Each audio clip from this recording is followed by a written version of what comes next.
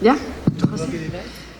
Pues buenas tardes, bienvenidas y bienvenidos a la segunda jornada del Festival de Literatura de Interior Las Cosas del Campo, que organiza el Ayuntamiento de Antequera con el fin, por un lado, de poner en valor el poemario en prosa de José Antonio Muñoz Rojas, que lleva el nombre homónimo, en Las Cosas del Campo, y que, como hemos dicho, como dijimos ayer en la jornada inaugural, es un poemario a partir del cual José Antonio Muñoz Rojas quiso o intentó aproximarse a la naturaleza y al paisaje desde un ejercicio de contemplación, casi con un sentir religioso, ¿no? Y en esa cosa de contemplar la naturaleza, el paisaje, ya sea un paisaje humano o ya sea un paisaje natural, queremos invitar a todas las personas que vengan estos días a pensar o reflexionar sobre el concepto de interior en estos días. Por eso, todos los nombres propios que forman parte de esta segunda programación guardan relación con este concepto, ya sea de una manera más o menos epidérmica o de una manera más honda. En el caso de Lorenzo Silva, y ahora ya el compañero Fernando González de la cadena SER, el periodista de esta casa, de la cadena SER, muchísimas gracias por aceptar la invitación y por estar aquí con nosotros. Espero que nos acompañes en futuras ediciones. Pues ahora pasará a presentar debidamente al novelista, al periodista Lorenzo Silva, amigo de Antequera ya y amigo también además. Y bueno, tenía que estar porque con él vamos a hablar, o se va a hablar, sobre el interior de la literatura. Me hubiera encantado que lo hubierais escuchado ahora mientras tomábamos un refresco, porque es eso justamente, ¿no? Él piensa el interior de la literatura precisamente para llegar a la sociedad, o hace el camino inverso, es decir, se mete en el interior de la sociedad precisamente para pensar el sentido de la literatura. Así que yo os dejo ya con Lorenzo Silva y con Fernando González y os pido para ellos un aplauso de bienvenida, por favor.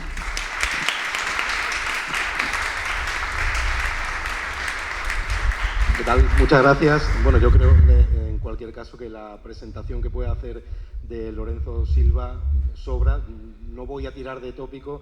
Es evidente que estamos con uno de los escritores más reconocidos de la literatura contemporánea en habla en español, Premio Nadal, Premio Planeta, una trayectoria larguísima.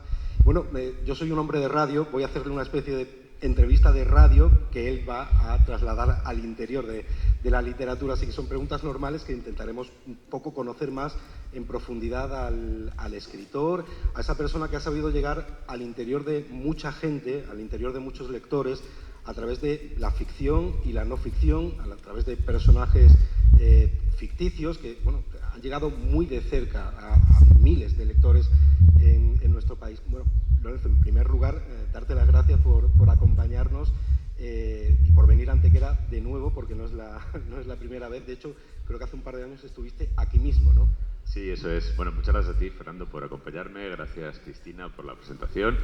Gracias al lugar que nos acoge, al Ayuntamiento, al concejal, a todo el equipo de la concejalía que hace posible que esto sea pues tan acogedor, tan agradable y tan estimulante, ¿no?, a la hora de acoger una conversación. Y también agradezco pues que se me dé la oportunidad de volver a Antequera. Yo tengo raíces familiares no muy lejos de aquí, en Colmenar, y para mí siempre volver por estas tierras es un poco acordarme de mis mayores, ¿no?, que hace mucho tiempo que se fueron, pero que creo que uno los lleva dentro siempre, de alguna forma bastante profunda.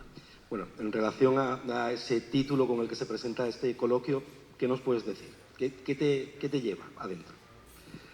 Vamos a ver, yo empecé dedicándome a la literatura, supongo que casi todo el mundo lo hace así, como un ejercicio. También era muy joven, tenía 13, 14 años, como un ejercicio fundamentalmente introspectivo, es decir, de tratar de buscar en mi interior, o en el interior de mi experiencia, que entonces era muy limitada, pues alguna clave, ¿no?, alguna clave que me sirviera para contar una historia o para escribir algo que fuera original, que fuera distinto, con lo difícil que eso es, ¿no?, a estas alturas del partido, ¿no? Y digamos que durante unos años probablemente la introspección en mi experiencia, en mis lecturas, en mi visión de la literatura, en mi visión del lenguaje, en mi visión de la vida, era mi camino fundamental, hasta que en cierto momento empecé a intuir, en ese momento solo a intuir, que las historias estaban fuera, las historias estaban en los demás, que uno tenía que partir siempre de su mirada, porque no tienes otra herramienta y esa mirada es personal, pero que esa mirada personal rinde más fruto si en lugar de replegarla sistemáticamente sobre tu propia experiencia, la proyectas sobre las experiencias ajenas e intentas desde tu mirada, porque insisto, no tienes otro punto de vista, entender lo más posible esas peripecias de otros. Desde entonces, para mí el camino de la escritura ha sido distinto y ha sido mucho más, por un lado, mucho más fecundo y mucho más gratificante. Cuando yo era un escritor introspectivo, encontraba poco material y sufría mucho. Desde que cambié la dirección de la mirada e intenté desde mi experiencia, desde mi mirada, porque es mi materia prima primordial, adentrarme en otras peripecias, incluso a veces muy distantes, de gente muy distinta. A partir de ahí empecé a encontrar muchos argumentos y también empecé a disfrutar más. Sobre todo porque para mí desde entonces cada proyecto narrativo, pequeño o grande, y los he hecho muy pequeños y los he hecho que me han llevado muchos años, ha sido un ejercicio de aprendizaje personal. A mí a veces me preguntan qué hay de mí en mis personajes, qué les he aportado yo a los personajes, ¿no? Supongo que es una pregunta que puede parecer natural, ¿no? Pero para mí en este momento la pregunta o la realidad más relevante es la inversa.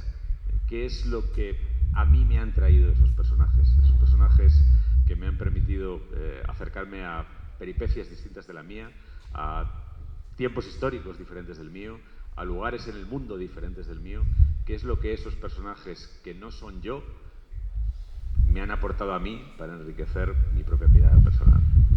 Hablabas de la juventud con la que comenzabas a escribir. Creo que ahora mismo se han cumplido 30 años de la publicación de tu primer libro, En noviembre sin violetas. Sí. ¿Cómo ves hoy, 30 años después, ese libro? Pues te lo puedo decir con mucha precisión porque lo he releído para reeditarlo. De hecho, se reedita ahora este mes de mayo y llegará una reedición a las librerías dentro de un par de semanas. Y ha sido un ejercicio curioso. No hacía 30 años que no lo leía, ¿no? Ese libro se reeditó a principios de los 2000 y en ese momento ya lo releí, ¿no? Pero sí hacía a lo mejor 20 años que no releía el libro, que no lo releía con cierta profundidad. Lo que he hecho ha sido corregirlo muy poco, prácticamente nada. No me siento legitimado para corregir lo que hizo aquel escritor de 24 años, porque cuando yo escribí esa novela se publicó en el año 95, pero yo la novela la escribí en el año 91, la terminé en el 91, pero la mayor parte de la novela está escrita con 24 años.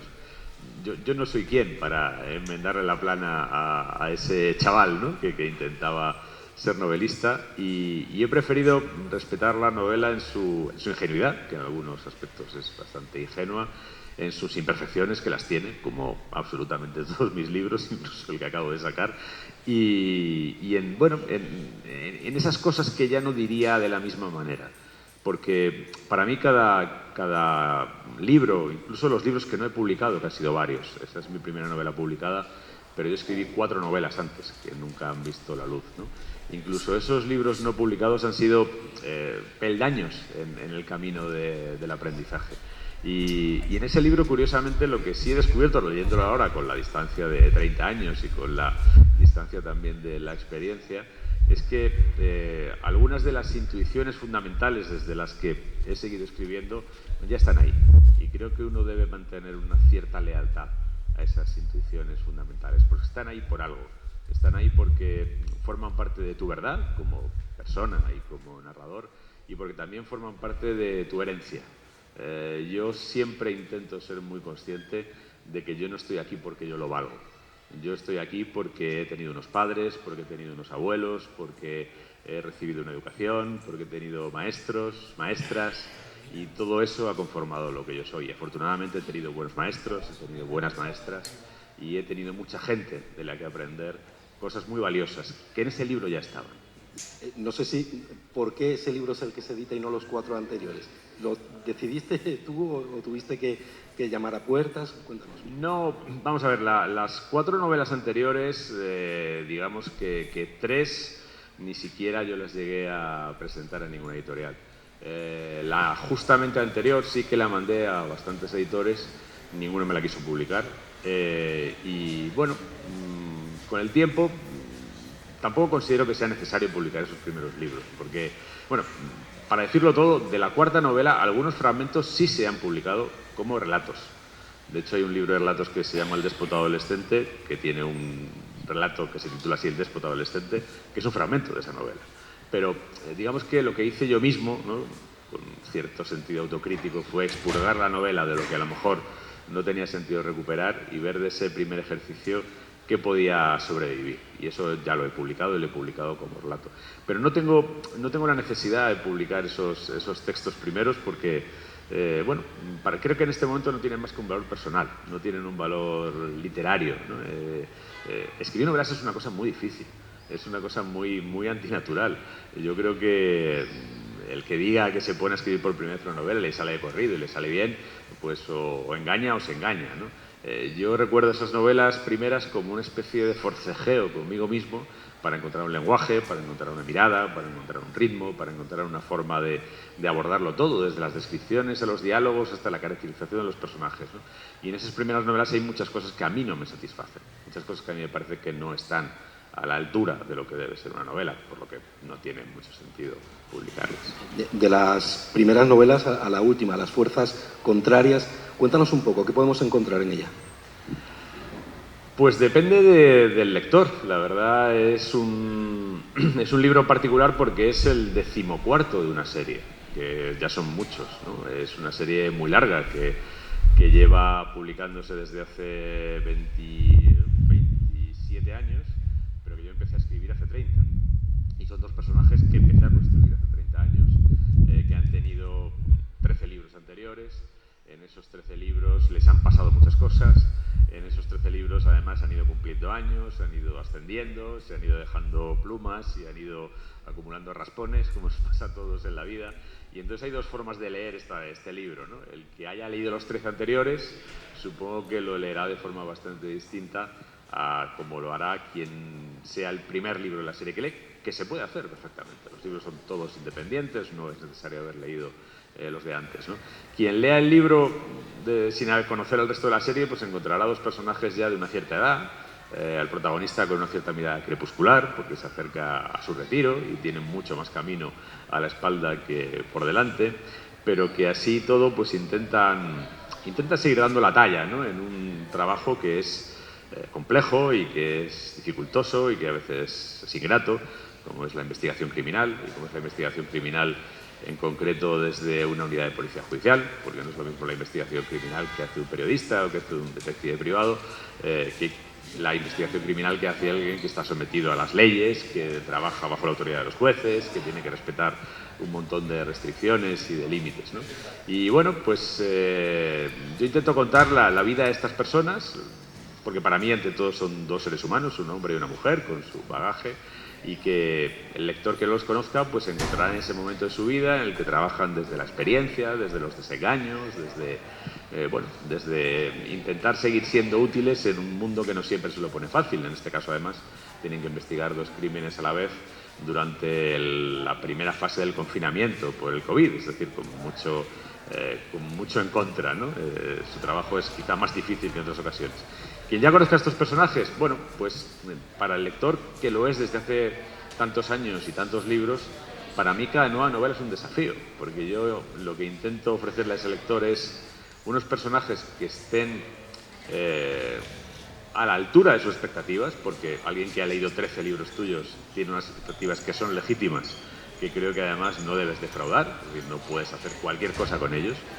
pero quien ya te ha leído 13 libros, creo que también tiene derecho a que en el 14º no le des exactamente más de lo mismo sin correr ningún riesgo. Yo creo que en todas las novelas de una serie hay que correr riesgos y hay que arriesgarse incluso a no acertar con lectores, ¿no? En esta serie hay novelas muy diferentes y en general pues los lectores que lo son de toda la serie las aprecian todas, si no seguramente pues la habrían abandonado hace tiempo, ¿no? Pero también me encuentro lectores que aprecian más unas novelas que otras y que de repente con un título me dicen, pero ¿por qué? No sé, hace unos años publiqué una novela dentro de esta serie donde el escenario era una base militar en Afganistán, que es un escenario muy distinto del escenario habitual de una novela, de una ficción criminal o de una novela negra, ¿no? Me dije, ¿por qué metes a los personajes en esta base con todo lo que hay que contar de lo que es una base militar, en lo que es Afganistán, de lo que es esa guerra, de lo que es... Bueno, pues a mí me pareció que esa novela tenía que correr ese riesgo. A lo mejor sacar a algún lector de su zona cómoda, llevarle a un sitio que a lo mejor incluso no le apetece. Oye, tengo lectores que legítimamente pues son incluso hasta antimilitaristas, ¿no? Y que me decían, es que a mí me molesta ver a tanto militar y a tanto soldado y tanto mi teniente y tanto mi capitán. Bueno, pues a veces tienes que arriesgarte a lo mejor a incomodar al lector, porque creo que si no lo haces es mucho más probable que le defraudes, mucho más probable que le decepciones. ¿Qué es lo que tienen Bevilacqua y Chamorro que han llegado a tantísima gente? No sé si te identificas en ellos, ellos en ti, ¿qué es lo que hay en esos personajes que han podido llegar a tantos miles de lectores? Me lo he preguntado mucho en estos 30 años, ¿no? Porque yo he creado muchos personajes a lo largo de 40 y tantos años que llevo escribiendo ficciones. Y no todos los personajes tienen la misma capacidad de seducción que los lectores. Esto es evidente y lo aprecias, ¿no? También, como lector, me he acercado a muchas series. Y las series, a medida que van pasando los años, se van volviendo dificultosas de sostener, ¿no? Y los personajes, en cierto modo, a partir del quinto, sexto, séptimo libro, lo normal es que empiecen a fatigar a la gente y que la gente empiece a buscar nuevos aires, ¿no? Y preguntándome por qué no poca gente se mantiene leal a estos personajes, lo que se me ocurre son varias cosas, ¿no? Pero diría que 3 principales. La primera, que desde el principio son un hombre y una mujer que tienen una relación de camaradería entre ellos. No había muchas ficciones con mujeres guardias civiles en el año 95, por la sencilla razón de que las mujeres solo llevaban 5 años en la Guardia Civil, ¿no? Eso crea un personaje que tiene un atractivo especial. Pero tampoco en la literatura española hay muchas relaciones de camaradería entre hombres y mujeres, porque ha habido históricamente pocos espacios en los que los hombres y las mujeres compartieran una labor, ¿no? En los últimos medio siglo sí, pero antes no. Y aunque en el último medio siglo son muchos los espacios donde se podrían cultivar esas relaciones, la ficción no suele recurrir mucho a esas relaciones. Las relaciones entre hombres y mujeres son normalmente pues amorosas, o de atracción, o conyugales, o familiares, pero no de camaradería en el marco de una profesión, de un oficio exigente para ambos, ¿no? La segunda idea pues es que son 2 personajes que tienen una concepción muy clásica y que tienen una concepción que está muy arraigada en lo que es la tradición literaria española. Son 2 personajes cervantinos. En el fondo son Don Quijote y Sancho Panza. Son 2 caballeros andantes, ¿no? Don Quijote y Sancho Panza se echan a los caminos y paran en las ventas, y Bevilacqua y Chamorro se echan a las autovías y paran en las áreas de servicio. Pero la idea es prácticamente la misma, ¿no? Y además son 2 personajes que forman una pareja, como la pareja cervantina despareja, ¿no? 2 personajes que tienen en algunos aspectos cualidades y defectos opuestos y que desde esa oposición se convierten en complementarios el uno para el otro. Y la otra idea que he llegado a pensar, por lo que me dice mucha gente intentando extraer, ¿no?, de lo que te dicen los lectores, es que lejos de otros héroes de ficción, ya sea criminal o de otro tipo, cuya digamos aproximación al lector va por la vía de impresionarlo, impactarlo, apabullarlo, Bevilacqua y Chamorro son 2 tipos corrientes, son 2 currantes que salen todas las mañanas a intentar ganarse la vida con un montón de jefes que meten la pata, que hacen lo que pueden y que no tienen superpoderes ni tienen ningún recurso excepcional, que no pudiéramos tener ninguno. A mí una de las cosas que me han dicho más de una vez los lectores es que cuando abren una novela y empiezan a leerla, sienten que se sientan en el coche con ellos y que pueden ir en el coche con ellos. Tú no puedes ir en el coche de Batman, tú no puedes tirarte de las paredes con Spiderman, ni puedes acompañar, pues, qué sé yo, a Aníbal Lecter en sus correrías gastronómicas, ¿no? Pero sin embargo sí puedes subirte en el coche con Biblia Cochamolo. Habrá que meterlos en alguna movida aquí en Antequera, ¿no?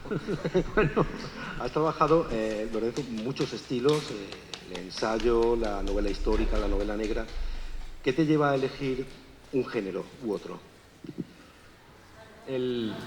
Digamos que el primer argumento para elegir es tu propia querencia como lector. Si yo he acabado escribiendo ensayos, si he acabado escribiendo novela juvenil, si he acabado escribiendo novela histórica, si he acabado escribiendo ficción criminal o si he acabado escribiendo libros de viajes, es porque a mí todo eso me ha interesado como lector. Luego, en mi caso, no sé si en otros es así, pero en mi caso hay una cierta necesidad de que en mi trabajo haya variedad. Yo no podría ser un especialista. Yo los conozco y además los respeto mucho a algunos, ¿no? Hay especialistas de ficción criminal que solo hacen ficción criminal. Hay especialistas de novela histórica que solo hacen novela histórica. Hay especialistas de novela juvenil o de narrativa infantil, que además es muy difícil, es muy exigente, y solo hacen eso, ¿no? Yo no podría hacer eso. A mí eso, en cierto modo, me arrojaría un poco, ¿no? Me sentiría... yo tengo demasiada curiosidad como para quedarme confinado en un campo. Entonces, muchas veces, cuando me interno en un territorio concreto, es precisamente para salir de otro, ¿no? Cuando termino una ficción criminal, pues a mí lo primero que me apetece no es hacer otra ficción criminal. Yo acabo de terminar una novela negra, que es la que se acaba de publicar, y lo que yo estoy escribiendo ahora no tiene absolutamente nada que ver con la ficción criminal. Tus novelas suelen tener un trasfondo social, un trasfondo ético. ¿Cuál es la responsabilidad del escritor frente a su tiempo? Bueno, yo creo que la principal responsabilidad del escritor es ante sí mismo y ante el lector, al que interpela o al que apela, ¿no? Y ese lector, a priori, no se sabe quién es. Puede ser cualquiera y puede tener cualquier sensibilidad. Y puede igual sentirse atraído por lo que le cuentas u ofendido por lo que le cuentas o la forma en la que se lo cuentas, ¿no? Pero creo que es hasta cierto punto indiferente si le ofendes o le atraes. Creo que tanto para ofenderle como atraerle, si tú lo has hecho con honestidad, pues tienes derecho a atraerle y tienes derecho también a ofenderle, porque esto además es voluntario. El que se ofenda, que cierre el libro y que busque otro, ¿no? Esto creo mucho en creo que cualquier profesión creativa parte de la libertad del creador, y yo soy celoso de la mía y por eso también respeto la de los demás, ¿no? Pero dicho esto, y a partir de aquí es muy difícil sentar cátedra moral sobre cómo se debe practicar la creación artística. En mi caso particular, y esto solo vale para mí, no es una regla que yo intente proponerle a nadie más, para mí en las historias, a la hora de escribir una novela o un relato, o de acercarme a una historia real, de un personaje real, que lo he hecho en no pocas ocasiones, para mí es fundamental tener en cuenta que los seres humanos somos seres morales. Los seres humanos tenemos una dimensión moral. Todos los que yo he conocido. Yo he conocido a personas que han infringido muchos mandamientos morales que la mayoría de nosotros reconocemos como válidos. Y hasta la persona de las que yo he conocido que más mandamientos morales había infringido tenía un código moral. Distinto del de la mayoría de sus conciudadanos, pero tenía un código moral, tenía un sentido moral de la existencia. Entonces, para mí es imposible construir una historia sobre seres humanos en la que no esté presente la dimensión moral, porque sería una historia mutilada, sería una historia, no sé, es como, qué sé yo, escribir sobre, no sé, sobre aves rapaces sin que salgan las presas de las que viven los aves rapaces, ¿no? Al final es algo que forma parte consustancial de la naturaleza humana. A partir de ahí hay pasos que ya pues uno puede dar o no, y hay pasos que yo intento no dar. Yo intento plantearle al lector que mis personajes obedecen y responden a códigos morales, a veces variopintos, pero no intento dictarle al lector cuál es el código moral que él tiene que asumir o cuál es el código moral que yo le propongo. Decía Kafka que para contar una historia hay que escuchar al coro, no puedes escuchar una sola voz, ¿no? Pues también para lanzar en un relato una mirada moral sobre la condición humana tienes que escuchar el coro de morales diferentes que coexisten en una sociedad. ¿Cómo es el proceso creativo que sigues cuando te pones a escribir algo? No sé si lo tienes todo perfectamente estructurado o dejas cierto margen a la improvisación. Margen para la improvisación y siempre, porque cuando uno se sienta a escribir y cuando uno empieza a redactar, el lenguaje tiene vida propia, los personajes, incluso los personajes de ficción y también los personajes reales, cuando los conviertes en literatura, no siempre son predecibles, tienes que dejar margen para la improvisación, pero yo creo que una novela es un artefacto lo suficientemente complejo como para que merezca la pena tener un diseño previo lo más aquilatado posible. Yo no me hago escaletas, no tomo notas. Yo no tomo notas, de hecho. Prácticamente no tomo notas. Yo trabajo sin cuadernos. Pero sí hago un ejercicio permanente durante meses y a veces durante años de planificación mental de lo que voy a contar. De cierto modo, para poder aspirar a que el lector se crea mi ficción, primero me la tengo que creer yo. Entonces tengo que construirla, elaborarla en mi cabeza previamente, saber quiénes son los que componen esa historia, qué hacen, por qué lo hacen, a dónde van a llegar, cómo va a desarrollarse o a desliarse toda esa madeja que le planteas inicialmente al lector. Y yo tengo una estructura bastante clara en mi cabeza de lo que voy a contar. Y hasta que no la tengo no empiezo. Si me hacen falta años, me tiro años poniéndola a punto. Sin tomar notas, porque lo puedo hacer de memoria, porque al final... Sí. No, dice que en tu obra sí se ve cierta documentación muy trabajada, sí, en los libros. No, claro, aparte hay historias que requieren un conocimiento previo de ciertas cosas, un conocimiento previo de ciertos hechos históricos, un conocimiento previo de cómo funciona, por ejemplo, pues, qué sé yo, la investigación criminal o el proceso penal, en el caso de las novelas policíacas, ¿no? O una investigación previa sobre cómo es cierta criminalidad o cómo se investigan ciertas cosas, ¿no? Pero más allá de esa investigación, que también te puede implicar, por ejemplo, lo que para mí es muy importante, en una historia el escenario, el lugar. Y a veces, para mí, lo más importante de la documentación es ir a ese lugar donde va a suceder la historia. Haber puesto el pie en el lugar donde va a ser la historia, ¿no? Si ese lugar, pues, qué sé yo, es la Puerta del Sol, pues me pilla cerca, cojo el tren y en 15 minutos estoy desde mi casa, ¿no? Si ese lugar, como me ha pasado en esa novela, por ejemplo, es Afganistán, pues eso no es tan fácil, pero bueno, pues hay que hacer el trabajo necesario para poder estar allí, y a veces eso te lleva años. Y en esos años tú vas elaborando mentalmente la historia y creo que eso viene bien. Lo que pasa es que luego cuando escribes, pues tienes que estar abierto a que en el proceso de la escritura algo de lo que tú tienes previsto inicialmente se modifique, se desplace, se perfile. En general, lo que sí tengo bastante claro es quién hace qué y por qué. Y eso, sobre todo en las ficciones criminales, es muy importante, porque en las ficciones criminales tú cuentas, en las que yo hago dos historias, cuentas un crimen y cuentas una investigación. La investigación la cuentas en sentido cronológico y el crimen lo cuentas al revés. Empiezas por el cadáver y acabas llegando a los móviles, ¿no? Y esas dos historias que van en paralelo y en sentido inverso, si las tienes pensadas antes, las ensamblas mejor que si las vas haciendo sobre la marcha. No sé si hay libros o autores que han sido más influyentes para ti. Sí, a estas alturas ya muchos, claro. En mi adolescencia fueron muy influyentes algunos y yo creo que esas influencias primeras son muy determinantes, no sé, desde el propio Cervantes, al que empecé a leer muy pequeño por prescripción escolar y luego por gusto, hasta, qué sé yo, autores como Kafka o Proust o Chandler o Virginia Woolf, en fin, autores que eran, en cierto modo, parte del canon, ¿no? De cuando yo tenía 15, 16, 17 años, También leía otros que me influyeron menos, leía Joyce, que también formó parte de ese canon y tuvo sobre mí una influencia muy efímera. Hice algunas cosas influido por Joyce, pero digamos que esa influencia luego pasó, ¿no? O, bueno, otros autores que se podían mencionar, ¿no?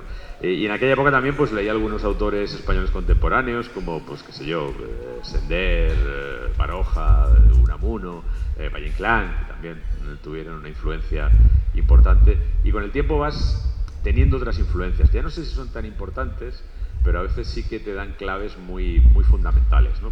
Podría dar más nombres, pero tampoco se trata de hacer una lista infinita. Por poner un ejemplo de esto, ¿no? Yo hace unos años, gracias al Premio Nobel, al que le estoy agradecido solo por esto, no a lo mejor por su trayectoria de todo su recorrido, ¿no? Porque he mencionado, por ejemplo, un montón de autores de los cuales ninguno tiene el Premio Nobel. Creo que algunos de los autores más importantes del siglo XX el Nobel los olvidó por razones diversas, ¿no? Pero hace unos años el Premio Nobel distinguió a una autora bielorrusa que se llama Svetlana Alexievich, que para mí fue un descubrimiento. Había oído hablar de ella, del único libro que se había traducido en España, que era Voces de Chernóbil, y en su día la había ojeado en una librería, pero no había tenido la curiosidad de leerla, y a raíz del Premio Nobel me leí toda su obra, y a mí me parece que es una obra absolutamente inspiradora, porque es una autora que trabaja muy bien esa idea a la que me refería antes del coro, de cómo las historias complejas no se pueden contar desde una sola voz, y cómo la voz de un personaje ni siquiera es buena para hablar de sí mismo. A veces, para entender a alguien, tienes que escuchar lo que de ese alguien dicen los otros, tanto como lo que de sí mismo dice el personaje al que quiere retratar, ¿no?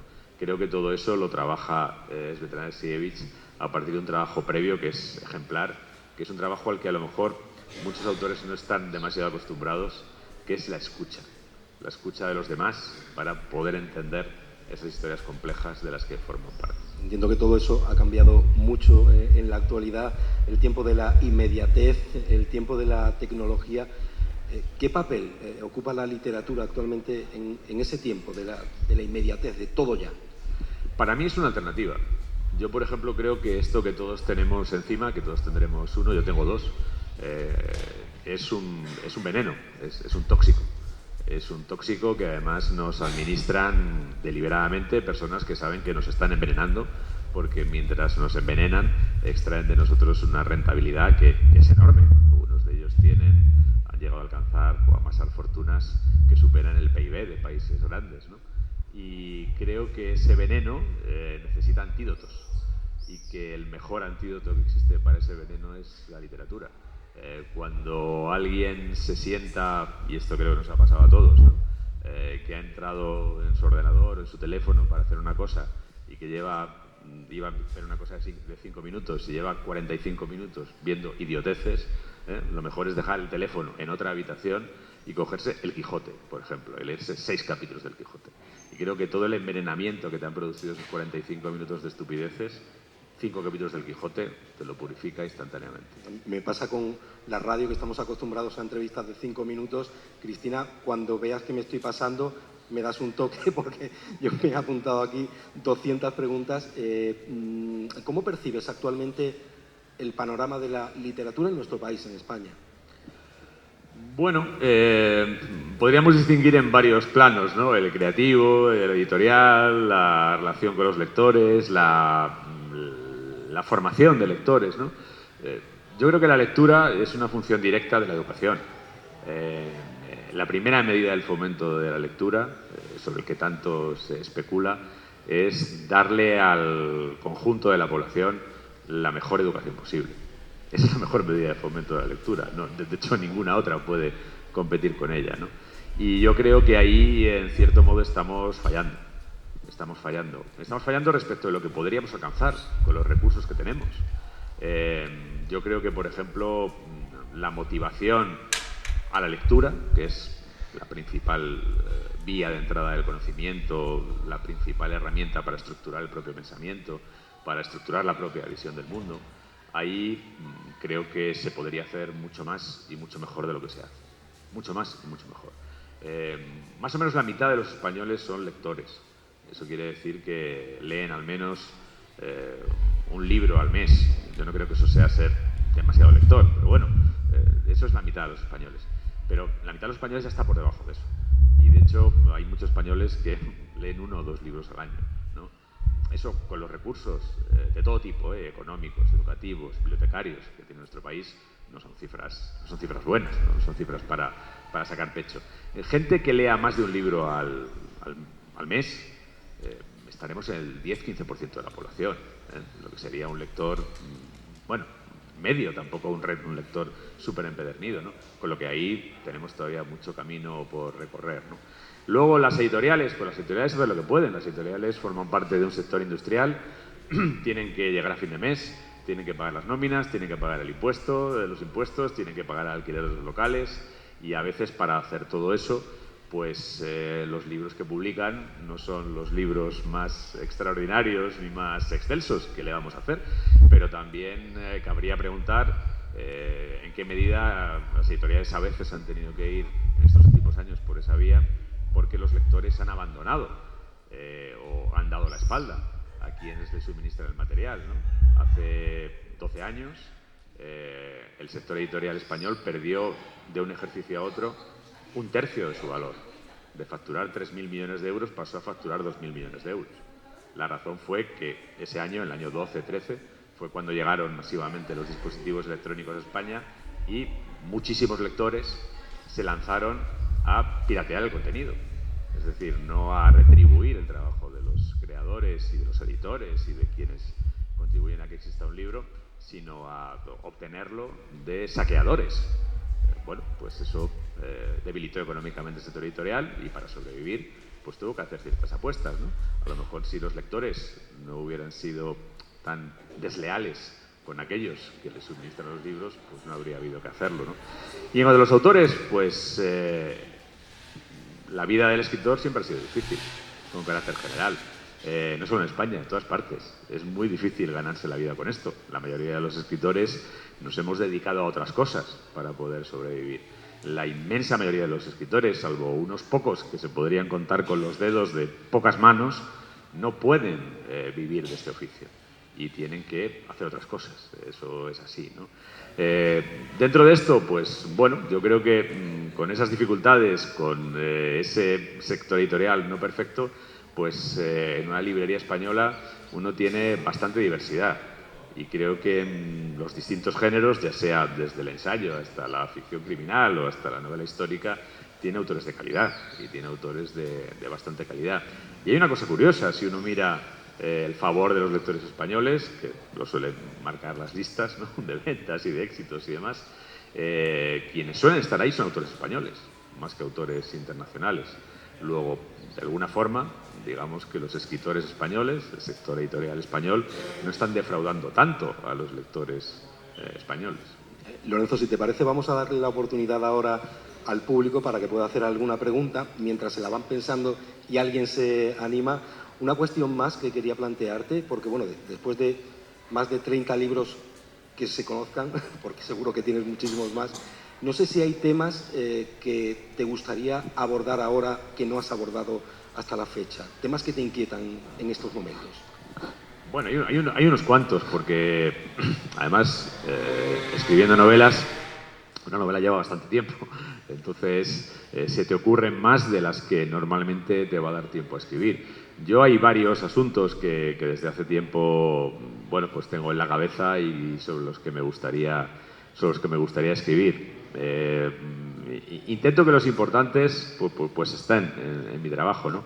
Pero mira, no sé, por ejemplo, por ponerte un ejemplo, a mí hace tiempo me surgió la oportunidad porque, algunas personas que tenían un conocimiento directo, vamos, tan directo como que habían formado parte del tinglado, me ofrecieron darme información y contarme su experiencia dentro de una organización terrorista que existió en España, que actuó durante algún tiempo y que además causó unas cuantas muertes, que se llamaba Grupos Revolucionarios Antifascistas 1 de octubre, ¿no? El Grapo. El Grapo tiene una historia, y tiene una historia que no está contada, no está demasiado contada, ¿no? Porque es una historia extraña, es una historia escurridiza en muchos aspectos, ¿no? Porque, por ejemplo, la historia de ETA, que está más contada, ETA es una historia bastante compleja, la verdad, pero digamos que tiene unos perfiles más claros, ¿no? Tiene un ideario nacionalista muy claro, hibridado a su vez con una agenda revolucionaria de carácter marxista-leninista, y luego surge en un contexto histórico, que es el franquismo, y luego desarrolla la mayor parte de su trayectoria intentando derribar la democracia española, porque hay que llamar las cosas por su nombre, ¿no? Y todo eso está bastante claro, ¿no? El Grapo es una cosa un poco más escurridiza, pero no he tenido el tiempo de sentarme con esas personas, de sentarme con las personas del campo de enfrente, que es importante, y las tengo localizadas, ¿eh? Pero esto es algo que te lleva meses, y que luego te lleva años, y que finalmente pues puede traducirse en un libro a lo mejor al cabo para hacerlo bien, de una década, ¿eh? Yo los libros que he escrito sobre ETA me han llevado una década, y esta década por ahora no la he tenido, pero a ver si algún día la tengo. Es uno de tantos casos, ¿eh? Habría más. Bueno, pues si algún asistente hoy aquí quiere hacer alguna pregunta.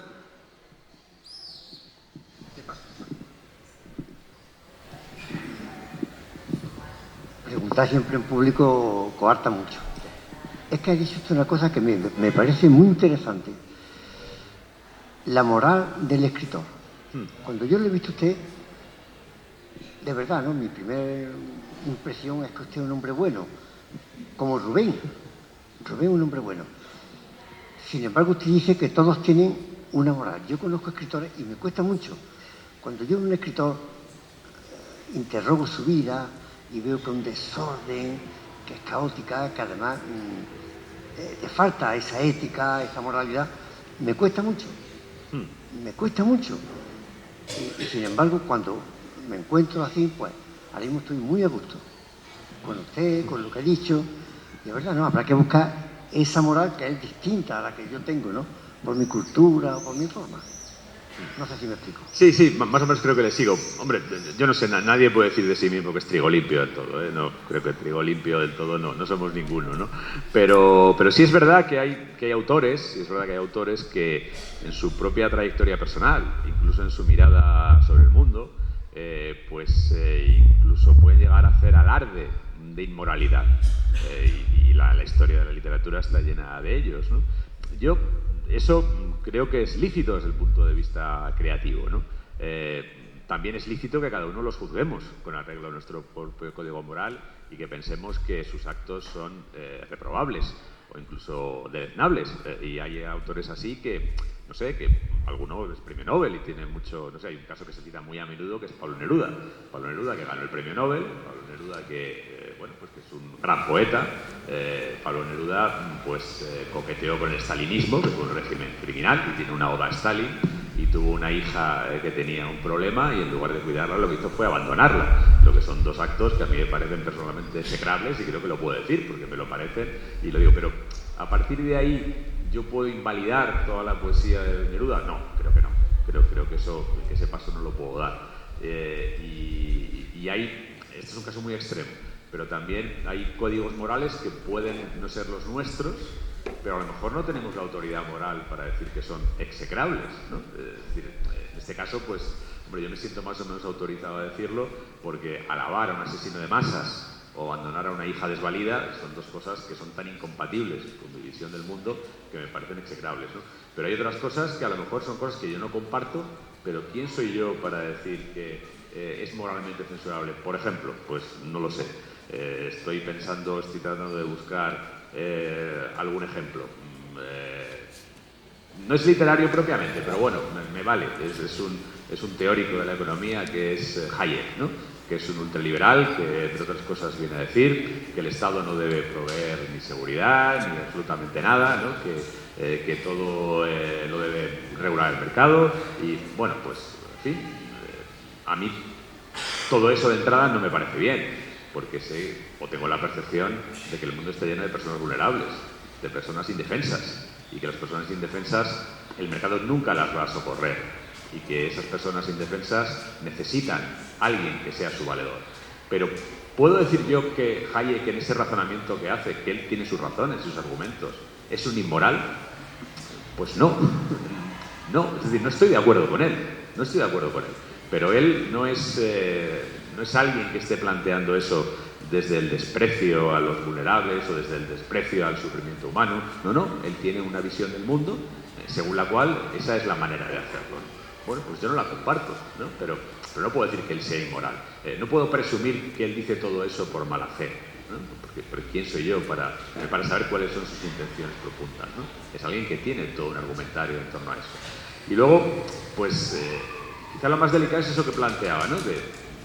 Cuando alguien hace cosas que no nos parecen éticamente válidas, ¿cómo podemos disfrutar de lo que hace? Pues, bueno, ese es un conflicto ya que cada uno debe resolver, ¿no? Y cada uno debe resolver en función también de su criterio personal y de lo que sienta que debe hacer. Hay otro escritor muy conocido también, francés, que es Louis Ferdinand Céline, que es un autor que coqueteó, entre otros, con el antisemitismo, con el nazismo, etcétera, y que tiene un libro de las interioridades de Alemania al final de la Guerra Mundial. Bueno, pues Céline es un autor que es muy perturbador, pero que a la vez también es muy interesante. Y tiene una novela sobre la Primera Guerra Mundial, de la que fue víctima, que es una novela durísima, que es una de las denuncias antibelicista probablemente más contundentes y más redondas que se han hecho, ¿no? No lo podemos ignorar por el hecho de que tuviera esa posición.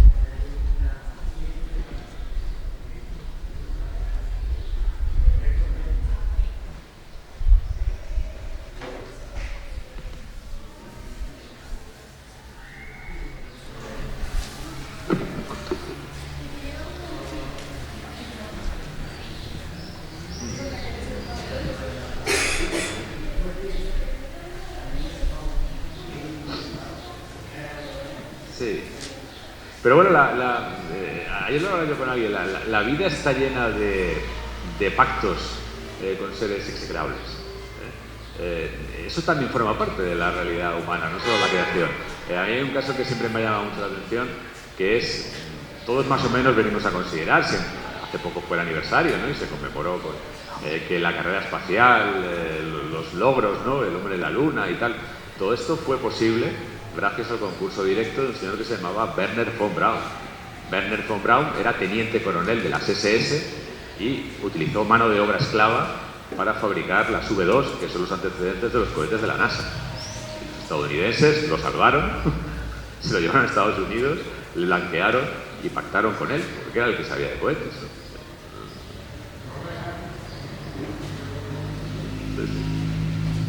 Pues creo que es una buena forma. Vamos a continuar porque tenemos una pregunta más por ahí. Sí, me ha dicho Cristina que pregunte rápido, que tenéis poco tiempo. Yo agradezco enormemente la tarde tan interesante que estamos teniendo. Gracias, Lorenzo, y gracias a ti que entrevistas muy bien. Te oímos a diario, pero ahora te vemos en directo. Mirad una cosa, Lorenzo, muy rápido, la pregunta muy rápida. ¿Habrá un Lorenzo Silva IA, inteligencia artificial, en algún momento?